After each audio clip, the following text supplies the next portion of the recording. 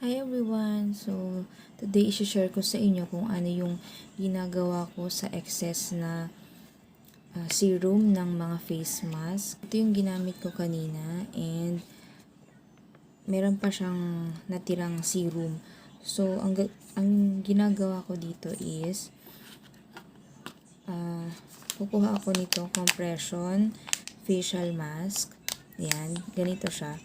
Parang face mask sheet din siya pero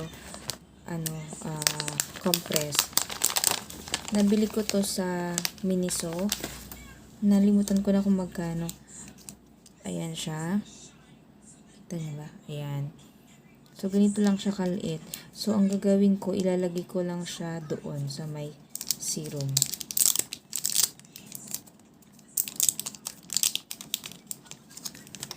So, ayan. Ayan. Ilalagay ko lang siya dito sa loob. Ayan. Ilalagay ko siya sa loob.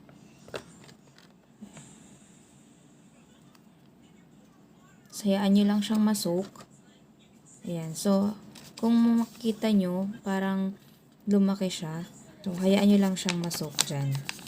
Ayan. And then, i-fold nyo lang yung taas nito. Ayan. Tapos, i-tape nyo.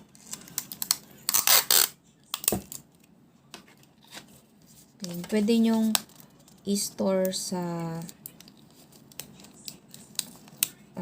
ref para mas malamig, mas refreshing siyang gamitin ulit. Ayan. So, ayan na siya. Hayaan nyo lang siyang ma-soak dyan. Absorb niya lahat ng serum na natira. Kasi medyo makapal yun eh. So, dalawa sana ilalagay ko kaso baka kulang yung serum kaya isa na lang muna. So, yan lang.